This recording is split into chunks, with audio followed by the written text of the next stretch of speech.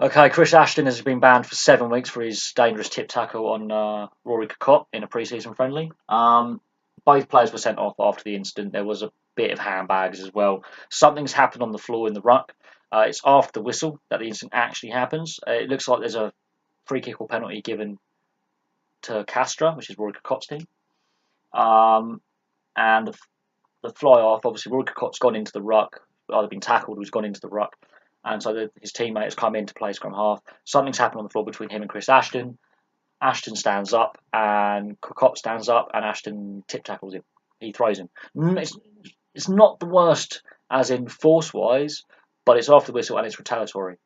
So instantly you're in trouble. 6 weeks is a standard ban. He's got 7 because of previous. He's been banned for 13 weeks before for biting an opponent, and he's been banned for 10 weeks for eye gouging an opponent. So he's already lost 23 weeks of his career to bans. Make that 30. That's basically a whole season lost to bans now, which he's lost from his career in total. He's also always involved in the 2011 World Cup with the dwarf tossing and then the off-field, drinking incidents in New Zealand in the 2011 World Cup, which was a shambolic tournament for England on all levels, considering that the World Cup before they got to the final and they regressed badly, and they regressed even further in 2015. There are a lot of issues with the current squad as well. There's a few players left over from 2011 and 2015. Eddie Jones, this calendar year hasn't been great for England. They weren't great in the Six Nations. Their penalty count, yes, discipline has been a problem on the field, and try scoring has been a problem at times in some games. And Chris Ashton got a good try to game ratio at international level. He's got a good strike rate. It's been a bad week for English rugby anyway, with Cipriani's fine and pleading guilty to assault. And the RFU are allegedly meddling in his disciplinary proceedings. This one's quite big though, because he will miss the start of the season for definite. He won't be able to play until middle of September at the earliest, and that's posing a problem for Eddie Jones when he starts, naming and preparing his training squad for the autumn internationals, and then narrowing it down to the test squad for the autumn internationals. Chris Ashton has got back into the training squad, and is on the verge of breaking back into the side.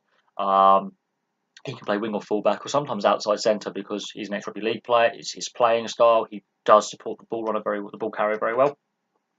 He does go into the midfield. He will get involved in the rough and tumble, as proven. But you've got to look at his disciplinary record, and it ain't great. And the game has evolved. And eye gouging and biting are pretty disgusting things when it comes to rugby union. They're cheap shots, basically. This one, he's retaliated. Whatever's happened on the floor, it's probably instigated by Rory Kockott, but he's retaliated, and it is after the whistle. So in my book, yes, fully deserved. Both players probably deserve to get sent off. I think Ashton definitely. Whatever Rory Kokott's done, he's either said or done something that the referee or one of the linesmen has actually seen in the melee of players. They both get sent off. So either you look at Ashton's reaction. Now the officials have obviously clearly been either advised by the TMO or have seen something to get Kockott sent off as well. And I think Ashton's reaction probably says there was either an eye gouge or a bite or something on the floor. But at the same time, he's been guilty of that himself. Some are saying Chris Ashton shouldn't play for England again with his on and off field record, very similar to Cipriani's on the off field with the drinking side of things. Not as many incidents, mine, but very high profile 8 years ago at the World Cup. We are obviously a year out from the World Cup in Japan, so 7 years ago at the World Cup. I do apologise, and you want as many quality players and as much depth as possible to be ready to be called up. And you want your best 30-odd players to get into the training squad, and then your best 23 to 28 to be around the test squad, and then your tournament squad. You want your best 30-odd players to be available. He is one of the better wingers in the league. There are some great wingers out there, but he's one of the better ones. And he's been lucky that he hasn't had too many injuries. He was in the test wilderness like Cipriani. He has played outside of England like Cipriani, so I'm seeing a lot of parallels here. And because of some of his on and off field indiscretions, he has been dropped from the test squad before by various coaches. It's now up to Eddie Jones and his coaching setup to make a decision on this. Because he will miss 7 weeks of the season, he will not be fully match fit. He'll be fit, but not match fit. That's a different thing. And that could prove an issue. So there's that problem. Also, with a ban like that, is that the image you want to have around your coach? your setup. And Eddie Jones doesn't hold fools. He does not hold fools gladly. He doesn't hold them gladly. He's a disciplinarian. So this will be a possible sticking point for him. It took him a while, 2 years into the job, to basically reselect Ashton back to the training squad. So Ashton really had to be on his best behaviour. Same as Cipriano, they really had to put a couple of years worth of effort in to even be considered to get back into the side. Both of them have put their Test careers in jeopardy under Eddie Jones. Now, whether Eddie Jones is there next year is another thing, because he could have a shocking autumn and a shocking Six Nations like we just had the Summer Tour and the Six Nations, and it could all go to pot. Or they could redeem themselves, and then he may consider, right, but I wouldn't be surprised if he doesn't make the squad for this autumn. He may have shot himself in the foot.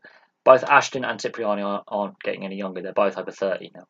And this doesn't look good. It's his third ban in his rugby union career.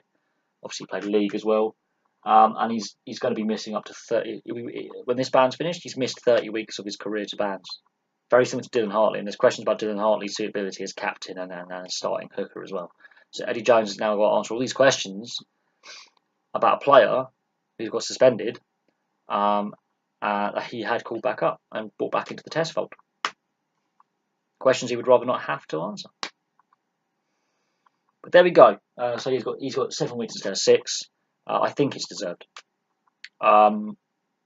Whether you agree with some of the rule changes or rule variations that have been brought in to reduce tackle height and tip tackling and dump tackling and whatever, you can debate that all day long. But under the current rule book, he's an idiot for doing what he's done. He's retaliated. Now, retaliatory penalties, those penalties that you really cannot stand as a coach. So he has not helped his team's cause, and he hasn't helped his international career either. That is a black mark. But you need a bit of grind and spice, a bit of sandpaper in your lineup. But the amount of bans he's got, it's not good. Anyway, thank you very much for watching. Please like and subscribe, place your comments below, and I'll have some more videos for you soon.